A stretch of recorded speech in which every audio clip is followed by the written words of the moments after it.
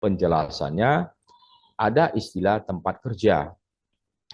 Di sana ada ruangan lapangan, baik sifatnya tertutup, terbuka, ada yang bergerak dan tetap, dan unsur dari tempat kerja ini adanya tenaga kerja, adanya sumber bahaya, dan ada tempat maupun usaha kegiatan untuk menghasilkan barang dan jasa. Contohnya pada tampilan slide di sini ada kegiatan di salah satu perusahaan perkantoran, kemudian lapangannya masuk ya dalam dunia konstruksi dan dunia medisnya. Lalu bab 1 itu sendiri mengenai istilah-istilah pasal 1. Pengurus itu adalah pucuk pimpinan tanggung jawab dan memulai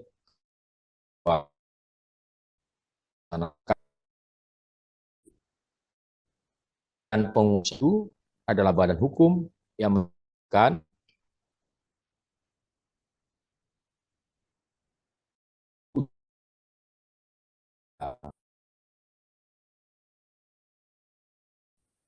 direktif pelaksana Undang-Undang Nomor 1 Tahun 70 dan dijelaskan dalam Kepmen Nomor 79 Tahun 1977. Pegawai pengawas itu adalah pegawai pengawas ketenagakerjaan dan spesialis, lalu ahli keselamatan kerja, tenaga teknis yang berkeahlian khusus dari luar Departemen Tenaga Kerja. Nah, pembahasan di sini melalui bab 1 dan 1, teman-teman, adik-adik sekalian harus mengetahui istilah. Contoh pengurus itu kita bisa lihat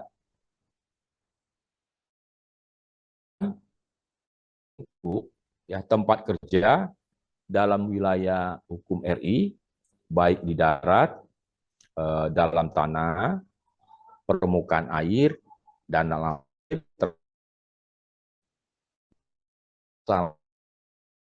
kerja yang dimaksud.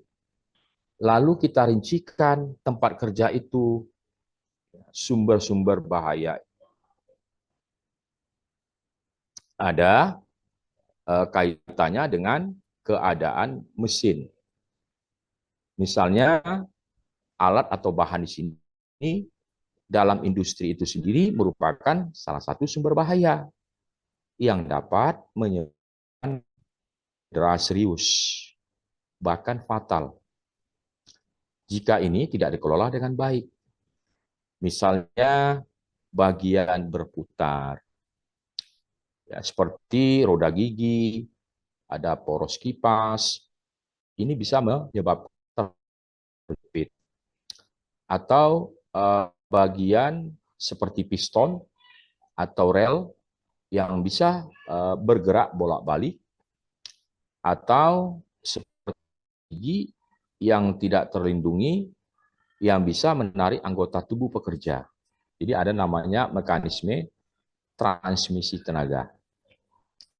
Dan sumber bahaya lainnya ada pada pelepasan energi, apakah itu mekanik yang tiba-tiba, apakah itu listrik, apakah itu tekanan hidrolik maupun pneumatik. Dan bahaya-bahaya lainnya dari ergonomis, getaran, panas, suhu, bahan yang diproses oleh mesin. Semua ini harus kita kendalikan dengan hierarkinya, eliminasi, substitusi, dan administrasi kontrol. Lalu sumber bahaya lainnya ada pada lingkungan kerja. Nah, pada lingkungan kerja, umumnya dalam dunia industri, dikelola dengan baik, dapat menimbulkan atau baik dikelola dengan baik atau tidak, yang dapat menimbulkan berbagai risiko. Apalagi kalau dia tidak dikelola dengan baik. yang namanya keselamatan dan kesehatan pekerja itu sendiri akan menanggung akibat apabila lingkungan kerja ini tidak dikelola dengan baik. Misalnya dari bahaya fisik, adanya kebisingan, ya suara mesin, alat berat yang berlebihan, ini kan bisa mengganggu pendengaran, adanya getaran, penerangan yang buruk, lalu radiasi itu sendiri. Jadi ya dalam lingkungan kerja kita bahaya-bahaya yang harus kita cegah dan kita kendalikan. Ya, bahaya biologis, bahaya kimia, bahaya ergonomi, bahaya psikososial. Nah, tetap kita mengurangi risiko bahaya di lingkungan kerja. Perusahaan dalam hal ini menerapkan eliminasi administrasi kontrol, termasuk. Kemudian kita rincikan mengenai ya sifat pekerjaan. Nah, sifat pekerjaan dalam dunia industri ini mempengaruhi tingkat risiko, Pak. Nah, sifat pekerjaan ini mempengaruhi tingkat risiko dari keselamatan, kesehatan kerja. Misalnya adanya pekerjaan yang risiko tinggi. Dia memiliki potensi bahaya besar yang dapat menyebabkan cedera serius, bahkan kematian. Contohnya pada pekerjaan ketinggian, atau di ruang terbatas, atau pekerjaan listrik, atau pekerjaan pengangkatan, beban berat. Nah, ini salah satu dari sifat-sifat pekerjaan, karena risiko selama melakukan aktivitas tadi, kalau tidak dilakukan dengan prosedur yang benar, maka potensi bahaya tadi akan berdampak kepada keselamatan. Itu salah satu sifat pekerjaan. Nah, ini harus tetap kita kendalikan dengan eliminasi substitusi tadi. Itu sangat kuat. Ya, kita bisa melindungi pekerja itu sendiri. Sumber-sumber bahaya lainnya ada di cara kerja. Nah, metode prosedur yang diterapkan untuk mencegah kecelakaan dan penyakit akibat kerja, maka melalui pengurusnya sebelum bekerja, melakukan ID. Jadi bahaya-bahaya di sekitar tempat kita melakukan identifikasi, kita akan nilai. Tujuannya untuk menentukan potensi bahaya, ya, kecelakaan dan cedera itu sendiri. Apakah sumber itu dari ergonomi, bagaimana tingkat frekuensi kejadian dan dampaknya, lalu tentukan tindakan pengendalian. Nah, sebelum kita melakukan ini di ketinggian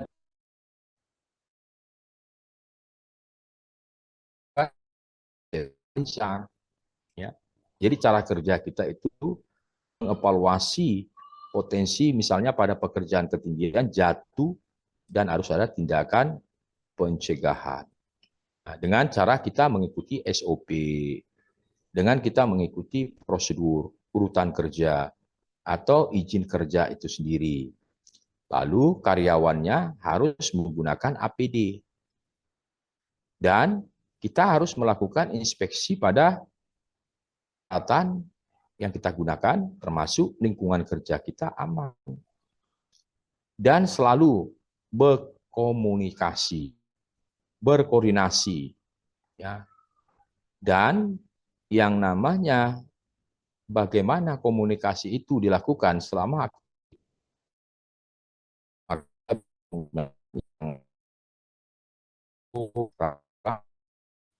atau kondisi-kondisi yang tidak aman, ya, maupun yang aman itu sendiri. Setiap pekerja harus memiliki keterampilan. Bagaimana pemahaman beliau tentang cara kerja aman itu sesuai dengan pelatihan K3 dasar. Nah, kalau kita tadi berbicara mengenai cara kerjanya, sudah dijelaskan. Lalu pelatihan-pelatihan K3 itu harus diberikan kepada semua pekerja, ya termasuk sertifikasi-sertifikasi khusus ataupun simulasi-simulasi latihan tanggap darurat.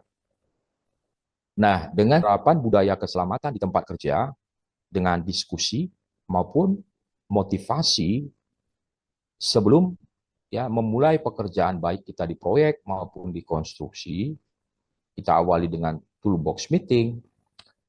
Nah, karyawan itu diberikan atau kita diberikan salah satu tips-tips membahas potensi-potensi bahaya dan tindakan pencegahannya di tempat kerja. Nah, dalam dunia industri, cara kerja aman itu mencakup identifikasi bahaya, kemudian penggunaan APD, lalu ada pemeriksaan alat. Nah, itu dikomunikasikan dengan baik melalui pelatihan yang memadai. Ya. Lalu ada proses produksi. Nah, kalau kita berbicara proses produksi dalam hal ini, tentu segala aktivitas kegiatan di tempat kerja, baik mengubah bahan baku menjadi produk dengan tahapan-tahapan kerja itu sendiri, melalui berbagai tahapannya juga, maka setiap tahapan ini terdapat potensi bahaya yang perlu kita kelola dengan baik untuk memastikan keselamatan dan kesehatan kerja. Contoh dalam proses produksi ini, persiapan bahan baku, ya, misalnya proses penerimaannya, penyimpanannya, ya, dan bahaya cedera akibat beban itu sendiri saat kita misalnya memindahkan bahan. Nah, kita bisa kendalikan. Salah satu dengan menggunakan alat bantu, contoh angkat ya seperti forklift atau kren. Lalu dalam cara kerja kita ya melakukan pemeriksaan pengujian produk maupun proses produksi ini ya dengan cara pengemasan maupun penyimpanan, transportasi itu sendiri, dan memastikan keselamatan dan proses produksi itu, perusahaan harus menerapkan hierarki pengendalian risiko, yaitu eliminasi tadi. Substitusi, rekayasa teknik, administrasi kontrol, dan APD. Nah, itu rincian daripada sumber-sumber bahaya yang ada kaitannya dengan keadaan mesin, lingkungan kerja, sifat pekerjaan, lalu cara kerja, proses produksi itu sendiri. Nah, kemudian ada kemungkinan untuk perubahan atas rincian tempat kerja. Perubahan ini bisa kita tinjau di tempat kerja. Bisa ini terjadi karena berbagai faktor, misalnya perkembangan teknologi.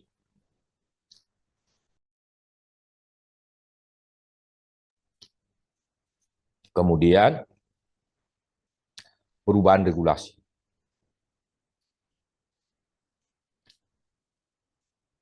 Kemudian evaluasi risiko. Nah, dalam konteks ketiga, aspek ini bisa menyebabkan perubahan dalam tata letak, prosedur, atau sistem keselamatan di tempat kerja. Dari perubahan teknologi, perubahan regulasi,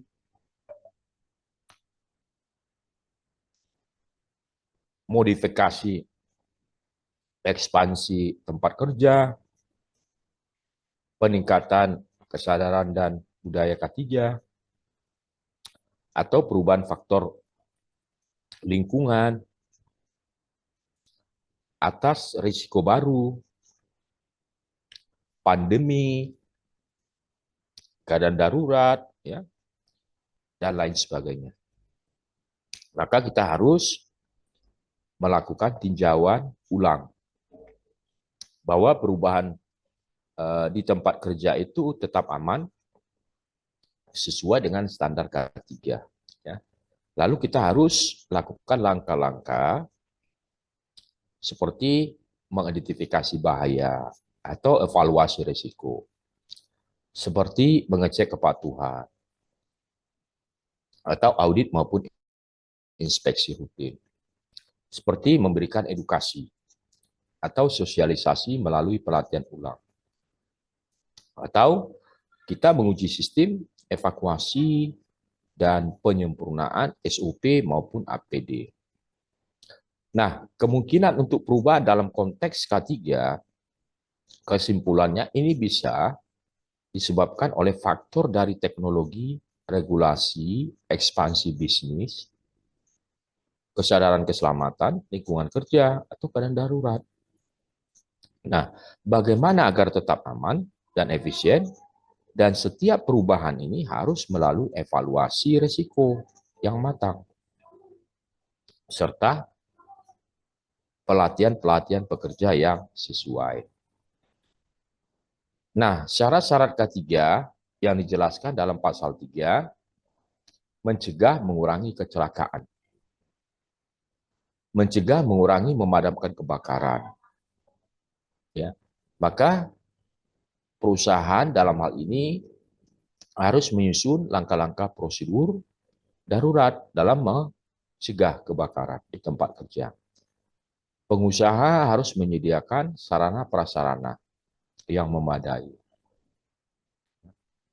Kemudian, sistem komunikasinya harus disosialisasikan dan dikomunikasikan kepada seluruh pekerja.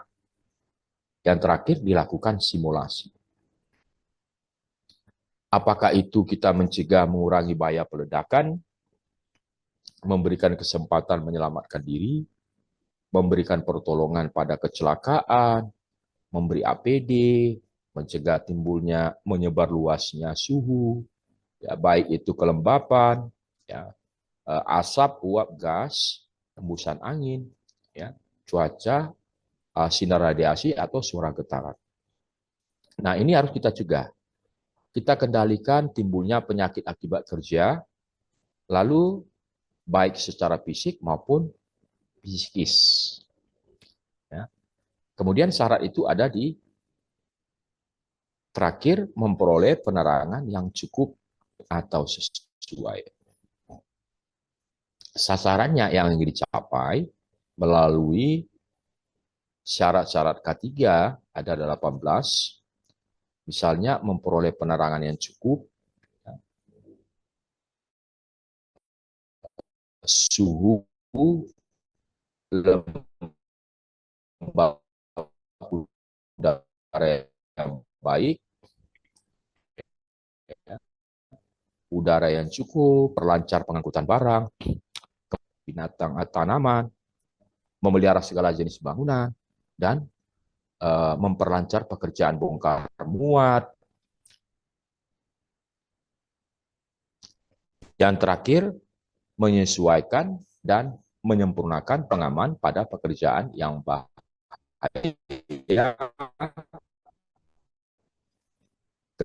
Kecelakaannya menjadi bertambah tinggi. Dan pasal 4 itu sendiri ada syarat-syaratnya. Sejak perencanaan, pemeliharaan, yang ini dibuat, diedarkan, diangkut, dipasang, dipakai, dipelihara. Nah, prinsip-prinsip teknisnya tentang bahan dan produk teknisnya diatur, kecuali ayat 1 dan 2 ini terjadi perkembangan iptek. Lalu pasal 5 Direktur sebagai pelaksana umum mempunyai wewenang dan kewajiban seperti penjelasan di Kepmen nomor 77 tahun 79. Pegawai pengawas yang berkeahlian khusus dari Departemen Tenaga Kerja di Permen 03, 78, 03, dan 84. Atau ahli K3 sesuai dengan Permen 03 tahun 78 dan Permen nomor 2 tahun 92. Nah, ada pasal-pasal 6, 7, 8 dijelaskan pengurus diwajibkan memeriksa kesehatan karyawan ya. Jadi ada pemeriksaan kesehatan awal, lalu berkala, dan ada namanya pemeriksaan khusus kepada karyawan. Misalnya pemeriksaan pendengaran, ya, pemeriksaan paru-paru. Nah, paparan, ya, eksposur selama karyawan itu melakukan aktivitas di tempat kerjanya dari aspek keselamatan kesehatan, maka melalui pasal 8 pengurus wajib memeriksa. Ya. Baik ada pemeriksaan berkala yang diatur di Permen 02 tahun 80 dan 03 tahun 82. Contoh pemeriksaannya, ada audiometri, ada namanya pemeriksaan fungsi paru-paru, maupun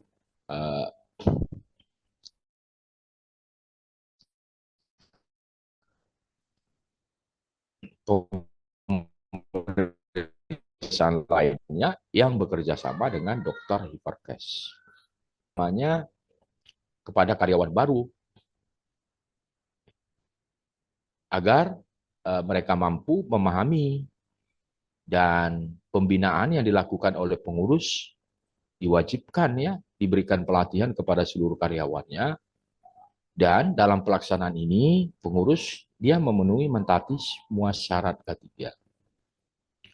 Kemudian wadahnya dibentuk ya yang namanya panitia pembina K3, itu ada Permenakernya 04 tahun 87.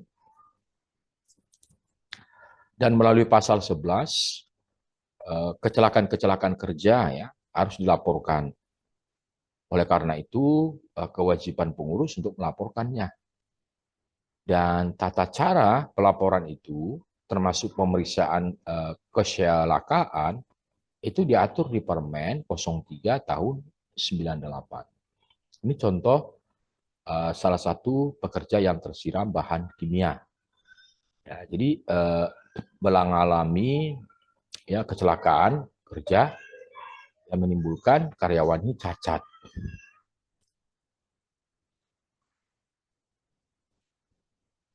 Lalu ada yang namanya kita lakukan safety morning.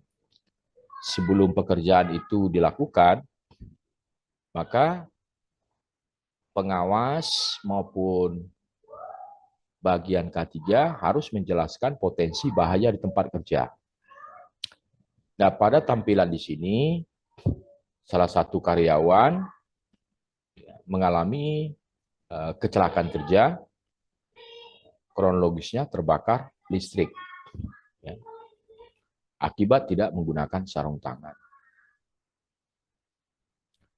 Nah, pasal 12 ada kata hak dan kewajiban yang namanya pegawai pengawas dan ahli K3, Pak. Ya, ketika kita dilakukan ya komunikasi tanya jawab, maka keterangan yang ada yang kita berikan, dan kita sebagai karyawan mempunyai hak menerima APD dan ada kewajiban memakainya.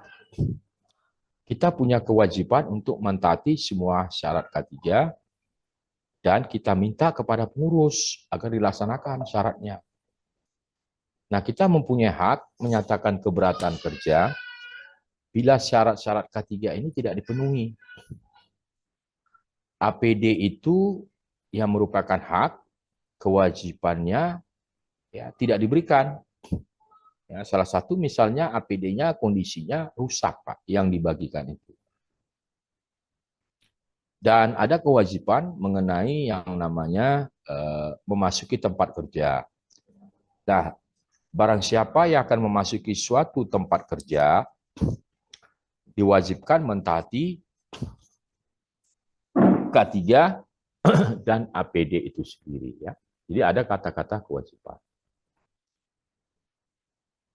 Kemudian pasal 14, pengurus dalam hal ini pihak perusahaan menempatkan syarat K3 itu di tempat kerja. Ya. Kemudian harus ada peraturan pelaksananya. Misalnya dia menempatkan rambu-rambu wajib menggunakan topi keselamatan. Dan untuk mengkomunikasikannya, perusahaan itu memasang poster K3. Inilah salah satu bahan pembinaan. Jadi ini bagian daripada kampanye. Kemudian dia memberikan APD secara cuma-cuma dan karyawan itu mempunyai hak untuk mendapatkan APD dan perusahaan wajib menyediakan APD. Contoh kewajiban pengurus. Kemudian pasal 15, pelaksana ketentuan pasal-pasal diatur lebih lanjut dengan peraturan perundangan. Ancaman pidana atas pelanggaran itu ada maksimum 3 bulan kurungan maupun denda maksimum 100.000. Nah, kemudian tujuan K3 itu kalau kita berbicara ya dalam melindungi menjamin ada kata-kata sumber produksi digunakan secara aman dan efisien dan meningkatkan kesejahteraan produktivitas nasional. Ya, itu salah satu kalau kita berbicara regulasinya. Nah, pengertian K3 itu ada secara filosofi dan ilmu, Pak. Jadi ada kesempurnaan menjamin baik jasmani rohani dalam ilmu pengetahuannya mencegah kemungkinan terjadi kecelakaan dan penyakit akibat kerja. Dan secara etimologi, upaya perlindungan terhadap tenaga kerja agar selamat dan sehat dalam melakukan pekerjaan di tempat kerja. Dan bahaya risiko itu sendiri definisinya ada namanya sumber energi, tindakan yang berpotensi mencederai manusia. Kalau risiko itu adalah kombinasi dari kemungkinan. Nah, jadi ada namanya kombinasi dari kemungkinan keparahan suatu cedera atau penyakit yang disebabkan oleh kejadian. Contoh, ya potensi bahaya gravitasi, kendaraan bergerak, ya, pompa, ada trafo maupun listrik, tekanan, atau pengelasan. Dan dari bahaya kimia itu sendiri, dari gas yang mudah terbakar, maupun biologi, misalnya dari ular lebah, kalajengking, radiasi, dari cahaya matahari, ya, kebisingan, dari pergesekan, ataupun benda-benda pukul ya, yang bisa menyebabkan kebisingan. Nah, tingkat bahaya di tempat kerja ketika terjadi eksiden itu sendiri yang harus kita kendalikan dalam dunia industri, potensi-potensi kecelakaan dan penyakit akibat kerja harus kita cegah agar aman. Maka sumber kondisi bahaya itu telah kita identifikasi dan kita mengendalikannya ke tingkat yang memadai. Kecelakaan kerja menurut Permenaker nomor 398, kejadiannya tidak dikehendaki yang dapat menimbulkan korban. Dan kalau standar AS, Australia, New Zealand, kejadiannya tidak direncanakan. Jadi ada perbedaan antara regulasi mengenai definisi daripada kecelakaan kerja. Akibatnya apa? Kerugian, misalnya cedera, sakit, mental, kematian, dan kerusakan lingkungan, dan ditimbulkannya kerugian-kerugiannya. Maka kalau kita lihat definisi antara insiden yang tidak kita inginkan ini, bila sedikit saja ada perubahan, dapat mengakibatkan terjadinya eksiden. Lalu nirmis itu kondisi situasi di mana kecelakaan itu hampir terjadi. Nah, ini yang kita secara sederhana mengartikan hampir celaka. Jadi ada cedera, tidak ada sakit. Dan eksiden itu adalah kejadian yang tidak diinginkan yang berakibat cedera pada manusia, kerusakan barang, gangguan, lalu pekerjaan ya terganggu. Ya, sehingga kita lihat juga dengan kecelakaan itu ya terjadi pencemaran lingkungan. Nah, dalam tindakan dan kondisi yang menyebabkan nirmis juga kita bisa lihat pada gambaran di sini, pada aktivitas pekerjaan pengangkatan material. Ini salah satu contoh-contohnya. Nah, kita di sini ya berbicara mengenai filosofi itu sendiri, keilmuannya, pengetahuan penerapannya. Nirmis itu adalah kondisi hampir celaka, dan kecelakaan itu adalah sumber situasi. Ya, terakhir, bahaya atau hazard itu adalah sumber situasi tindakan. Ini yang bisa berpotensi mencederai manusia atau sakit penyakit. Nah, mengapa kecelakaan itu terjadi? Karena kalau kita lihat pada tampilan di sini, keselamatan kesehatan kerja itu sering dinomorduakan dalam segala aktivitas di tempat kerja. Maka kita perlu yang namanya pendekatan kemanusiaan, ekonomi, filosofi, ilmu, dan hukum, seperti pendekatan kemanusiaan, penderitaan bagi si korban, melindungi pekerja dan masyarakat, dan ketiga ini bagian hak asasi manusia. Contoh pada kecelakaan yang menyebabkan kerugian pada pekerjanya. Dengan ekonomi, pendekatan ketiga itu bisa mencegah kerugian dan meningkatkan produktivitas. Misalnya, untuk melakukan pencegahan kebakaran di tempat kerja, maka langkah-langkah prosedur pengamannya harus dibuat.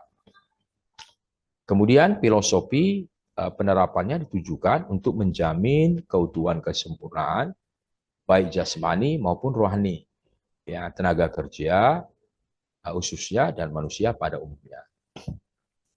Dari keilmuan, upaya mencegah kecelakaan baik itu kebakaran maupun peledakan, pencemaran itu sendiri ya di tempat kerja. Nah, faktor inilah ketiga ini yang mempengaruhi pekerja, beban kerja, ya, kapasitas kerja, dan lingkungan kerja. Ketiga ini yang bisa menyebabkan karyawan itu terpapar daripada bahaya. Nah, teori itu bisa kita lihat akibat kecelakaan kerja muncul kerugian langsung dan tidak langsung. Nah, dalam teori gunung es, biaya-biaya yang dikeluarkan oleh perusahaan itu ya salah satu ya, baik biaya langsung maupun tidak langsung, Pak. Ya, apakah kerusakan gangguan, biaya legal, ataupun gaji yang terus dibayar untuk waktu yang hilang. Nah, melalui piramida kasus itu diukur dengan angka skor 1, 10, 30, 600, dan 10.000. Jadi data-data ini yang belum dilaporkan. Masih banyak data-data yang tercatat belum dilaporkan. Penyebabnya dari tindakan tidak aman maupun kondisi yang tidak aman. Misalnya kita mengangkat tidak layak yang berdampak kepada penyakit akibat kerja. Misalnya kita mengangkat material berulang-ulang secara manual, atau tindakan kondisi yang tidak aman, kita bekerja dalam ruangan yang tidak ada ventilasi, ya, atau tidak adanya sirkulasi daripada udara. Nah, faktor pribadi ini bisa kita lihat yang menyebabkan kecelakaan kerja karena pekerjanya, ya, fisiknya, mentalnya, ya, stres, pengetahuannya kurang dalam melakukan faktor pekerjaan, ya, tidak diawasi, Pak. Ya. Untuk peralatannya, pengadaannya kurang, pembeliannya, sarana prasarananya, termasuk pemeliharaannya. Nah, penyebab itu sendiri kita lihat pada programnya yang tidak sesuai, lalu standarnya tidak sesuai dan kepatuhannya terhadap standar diabaikan. Maka kesimpulannya penyebab daripada kecelakaan itu ada pada tindakan dan kondisi. Contoh ya, inilah contoh-contohnya, Pak. Kondisi dan tindakan ya.